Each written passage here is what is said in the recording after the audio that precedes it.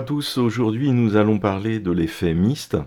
Alors pour avoir l'effet mist, à la prise de vue, on achète un filtre. Là en l'occurrence je vous montre le filtre de chez KEF. Alors il y a différents effets plus ou moins prononcés, donc un demi, un quart, un huitième, etc. Puis on vous propose même de combiner ça avec des filtres ND, c'est-à-dire des filtres qui diminuent la lumière, voilà.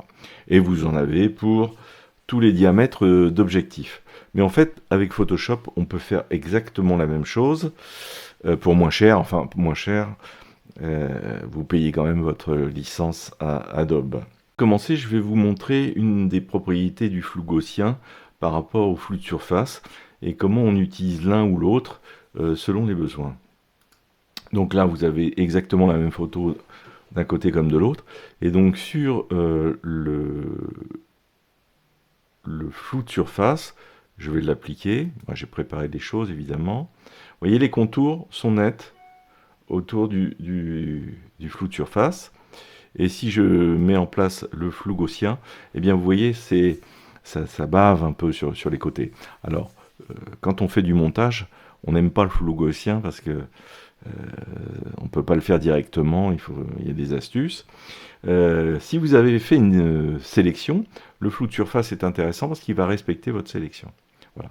Mais là, aujourd'hui, dans le cadre de l'effet mist, on va utiliser cette propriété du flou gaussien. Bon, évidemment, l'effet mist concerne beaucoup les photos de nuit. On va commencer par cette image. Donc ici, je vais utiliser dans les profils l'excellent profil Adobe Adaptive qu'il y a maintenant. Voilà. Alors, si je reviens en arrière, on peut constater que ma photo est sous-exposée. En fait, moi, je suis plutôt quelqu'un qui est partisan de sous-exposer. Notamment, vous voyez, quand il y a des hautes lumières comme ça, c'est souvent le cas dans les photos de nuit. Donc, il est plus facile de se rattraper dans les basses lumières que d'avoir des lumières qui sont cramées. Voilà. Donc là, je refais donc le profil Adobe Adaptatif. Voilà. Bon, je vais corriger un tout petit peu les tons foncés, voilà, comme ceci, et on va ouvrir. Bon, je ne vais pas passer trop de temps à la retouche proprement dite de l'image. Je vais dupliquer mon arrière-plan, donc là c'est assez simple, hein. On fait CTRL-J, hop, voilà, on a dupliqué l'arrière-plan. Bon, je peux peut-être recadrer. Allez, rapidement, on va recadrer. Bon, là j'ai la poubelle et le panneau sens interdit. Bon, avec l'intelligence artificielle, vous pouvez enlever ça très facilement.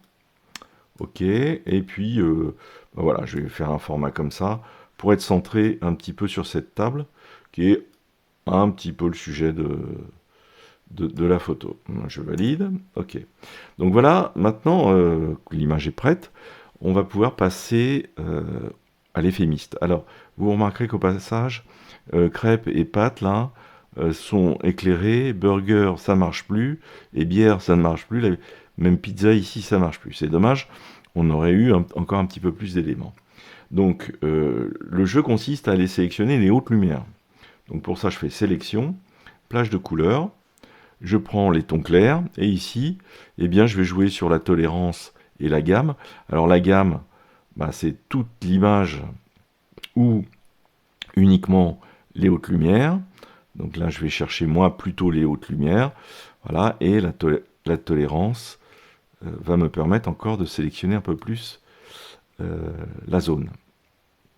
Ok, voilà qui est bien. Donc ça me donne une sélection sur base de fourmis. Ok. Alors, je vais faire CTRL-J. Donc en fait, ma sélection, je ne vais copier que la partie qui est sélectionnée sur un calque. Voilà, il m'a donc créé le calque. Si j'enlève l'image en dessous, on ne voit pas grand-chose. Alors ce que je vais faire, c'est que je vais faire une couleur unie pour que vous voyez bien ce que j'ai sélectionné. Donc je le place derrière. Voilà, j'ai sélectionné ces hautes lumières-là. Et c'est sur ces hautes lumières-là qu'on va appliquer l'effet mist. Donc j'enlève mon fond là, je remets mon image, je convertis mon calque avec les hautes lumières, je vais les convertir pour les filtres dynamiques, donc je fais convertir pour les filtres dynamiques, et puis maintenant je vais appliquer le flou gaussien. ce fameux flou qui, voilà. Donc j'applique le flou gaussien. Alors, pour le moment, ça a un petit effet. Au niveau du réglage, il ne faut pas aller jusqu'au bout parce que ça finit par ne plus produire l'effet que vous escomptez. Il faut être aux alentours de 100, voilà, aux alentours de 100, 110, voilà. C'est à vous de voir en fonction de la photo. Là, j'ai pour le moment l'effet, j'ai l'effet minimum. Maintenant, si je duplique mon effet, je fais CTRL-J, une fois, deux fois, trois fois, quatre fois, voilà, je vais m'arrêter là, à 4 fois, j'ai l'effet maximum. J'ai l'effet maximum. Donc là maintenant, ce que je vais faire, je vais regrouper tous mes calques d'effets dans un répertoire. Donc j'ai pris le premier en appuyant sur majuscule et le dernier, et j'appuie ici sur le petit dossier. Donc voilà, maintenant j'ai tout regroupé dans un groupe, donc on peut voir avant et après. Alors voilà, ça c'est vraiment l'effet cinéma recherché. Hein, donc on fait baver un peu les lumières. Ce qui est pas mal aussi, c'est que ça permet d'adoucir les éventuelles hautes lumières qu'il pourrait y avoir. Donc une fois qu'on a fait ça, en fait, ça vient quand même un peu en concurrence du bas de mon image. Donc ce que je vais faire un dégradé. Alors le dégradé, je vais aller chercher un dégradé qui va du blanc vers la transparence. Alors du blanc, ici, vous réglez le blanc. Donc vous choisissez la couleur. OK.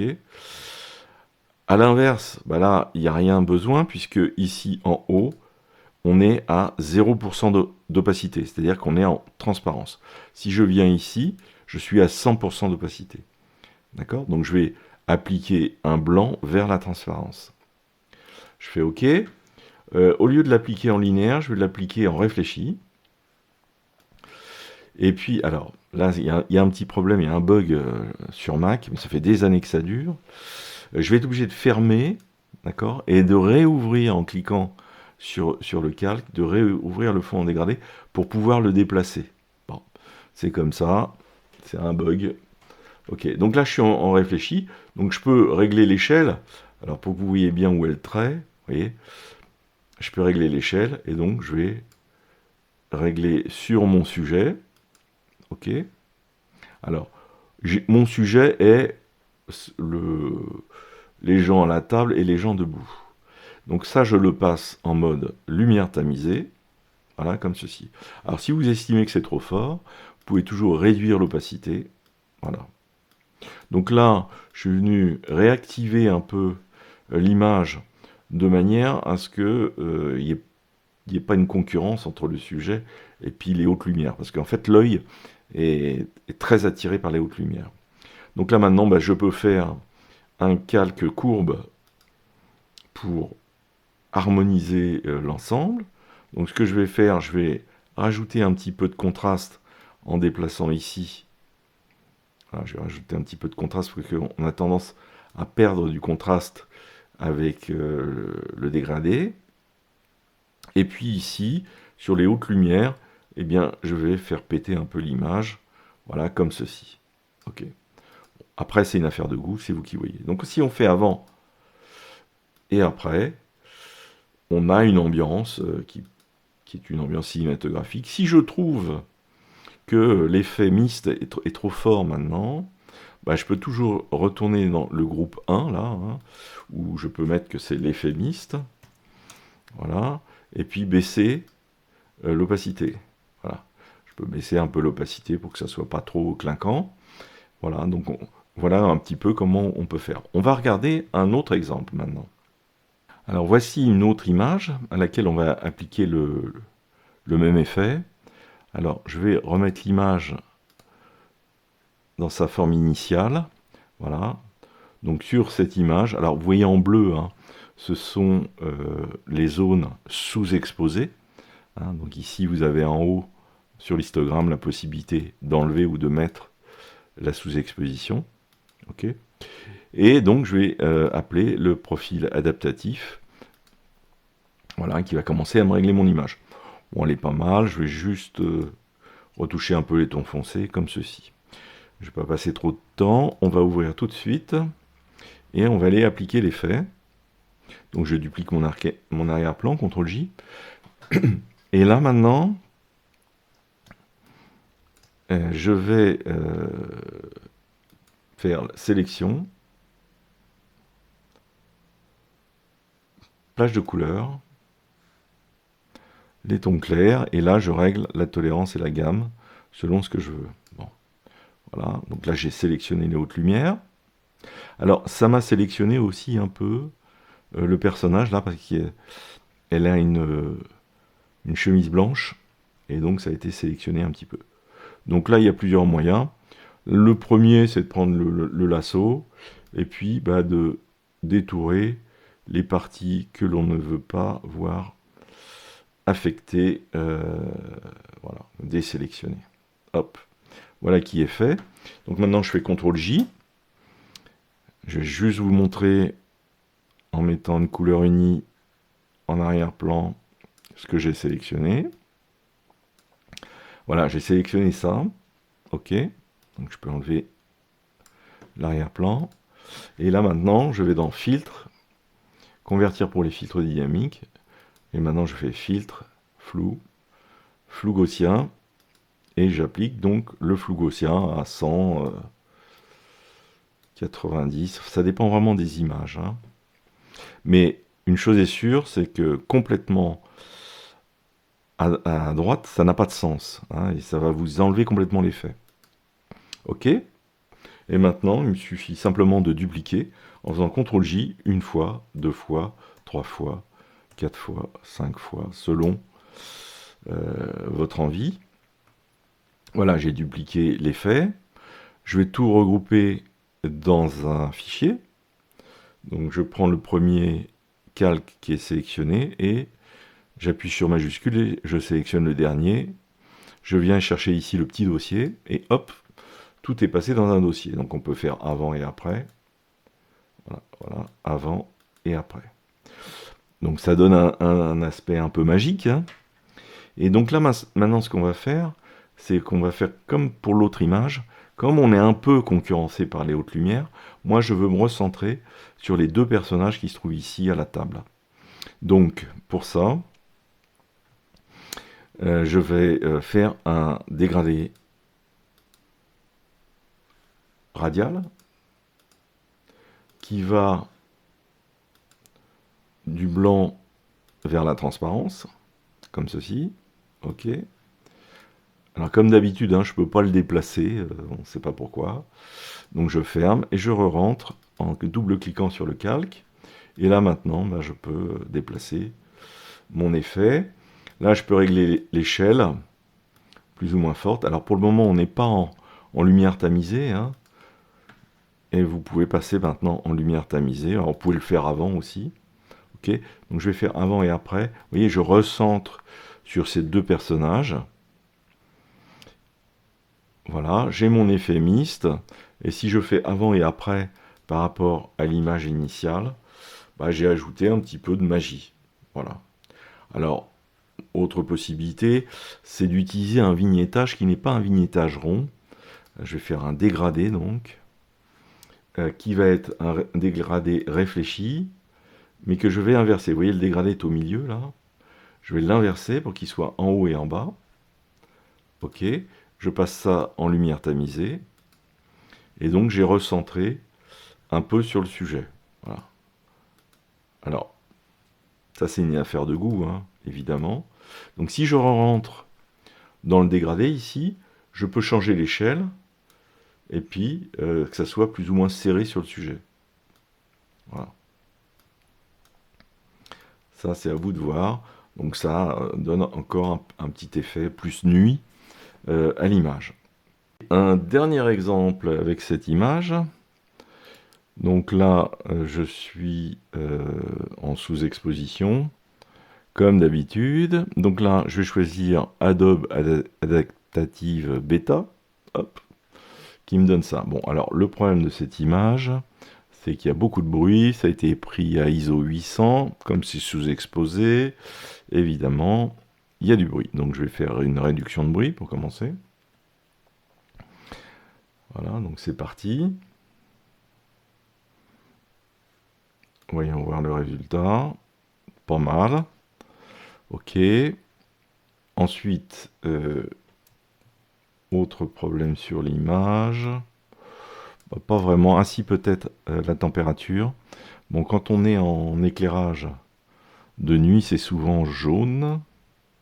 Donc je vais baisser la température, comme ceci, pour avoir quelque chose de plus naturel. Ok, je vais m'arrêter là, j'ouvre l'image. Je duplique mon arrière-plan, CTRL-J. Je vais dans Sélection,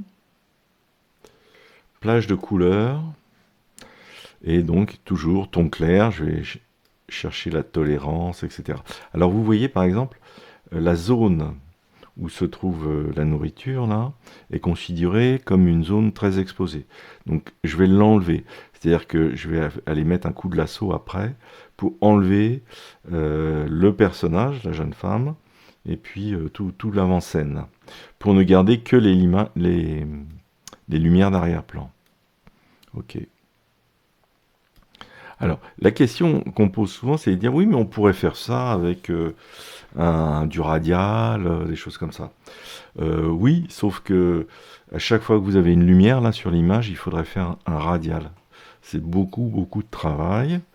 Donc ça, c'est pas bien. Et puis le résultat n'est pas aussi bon, même si vous utilisez des modes de fusion particuliers. Cette méthode-là est réellement la plus efficace et la plus rapide. Voilà, donc j'ai sélectionné mes hautes lumières, je fais OK. Et là, donc, je vais aller chercher mon lasso, que je vais mettre en moins. Et puis, eh bien, je vais aller supprimer toute la partie de la jeune femme, y compris la nourriture, comme ceci, voilà. Donc là, maintenant, si je fais CTRL-J, il ne me reste plus que les hautes lumières. Alors, on va les vérifier. Je vais faire donc une couleur unie pour pouvoir voir ce qui a été sélectionné. Voilà. Donc là, je n'ai que les hautes lumières. Et sur ces hautes lumières, donc, je vais appliquer l'effet. J'enlève mon calque de fond. Ici, je vais faire filtre, convertir pour les filtres dynamiques, filtre, flou gaussien. Voilà, toujours dans les 114. Alors, je n'ai pas réactivé les images du dessous, donc on ne voit pas bien ce qui se passe. Voilà, donc l'effet a commencé, mais il n'est pas très fort pour le moment. Donc je vais faire CTRL-J pour dupliquer l'effet jusqu'à temps que ça me convienne. Voilà. Bon, par exemple. Alors vous pouvez le faire plus de fois et après réduire l'opacité. Hein. Donc là maintenant, tous les calques que j'ai créés là par CTRL-J, eh bien, je vais les regrouper dans un seul dossier. Voilà. Et là, bah, effectivement, je peux baisser l'opacité si je veux réduire un peu l'effet. Donc c'est vous qui voyez. Voilà, je vais laisser comme ça. Alors là, moi, ce qui me gêne, c'est qu'on est pas assez centré sur la personne, hein, parce qu'elle est toute seule. Bon, évidemment, il y a de la circulation, il y a des gens autour, mais par goût, je vais recentrer un peu le sujet en noircissant un peu les côtés. Donc je vais faire un niveau, par exemple. Alors je vais sortir du groupe, hop, ouais, voilà. Faire un niveau, je vais baisser les lumières, comme ceci. Je vais faire CTRL-I pour masquer l'effet pour le moment, pour le faire réapparaître avec le pinceau. Donc je sélectionne le pinceau, je me mets en blanc. Et là maintenant, bah, je vais aller peindre les parties que je ne veux pas voir apparaître. Enfin, que je veux voir un peu disparaître en termes de présence. Voilà. Alors je peux garder les hautes lumières, là, éventuellement. Bon. Et pareil de l'autre côté, je vais réduire un peu la présence derrière la jeune femme pour rester un peu concentré sur elle. Voilà, bon, par exemple. Alors après, je peux rehausser un peu le sujet. Aussi un conseil, c'est quand vous avez fait du pinceau, là, allez voir dans le masque ce qui s'est passé réellement. Donc je fais Alt, je clique sur le masque, voilà, Vous voyez, vous pouvez rectifier les parties oubliées. OK. Donc je me mets sur un calque où il y a de la matière, et puis je peux demander sélectionner le sujet. Mais là, en l'occurrence, je l'ai fait, il ne trouve pas le sujet. Donc je vais aller sur l'outil de sélection d'objets, je vais me mettre en lasso, et puis je vais faire le tour de la jeune femme. Comme ceci. Toc. Bon, j'ai le poteau avec, c'est pas grave. Voilà, maintenant je vais prendre l'outil rectangle. Comme le poteau c'est un peu un rectangle, et je le prends en mode moins. Voilà, et il m'a enlevé le poteau. Il me reste plus qu'à faire un niveau ou une courbe, hein, ça c'est à vous de voir. Alors, je vais le mettre tout en haut. Et ici, bah, je vais réactiver un peu la jeune femme. Voilà, un petit peu plus éclairée, comme ceci. Voilà. Donc on est bien centré sur le sujet. C'est cette jeune femme perdue dans son téléphone qui attend le client. Voilà. Eh bien écoutez, voilà ce que je voulais vous dire sur le Mist. La solution avec des dégradés radiales n'est pas la bonne solution. Il y a d'autres solutions qui ont été trouvées. Moi, c'est ce que j'ai trouvé comme meilleure solution pour réaliser cette opération. Ben écoutez, je vous souhaite une bonne journée.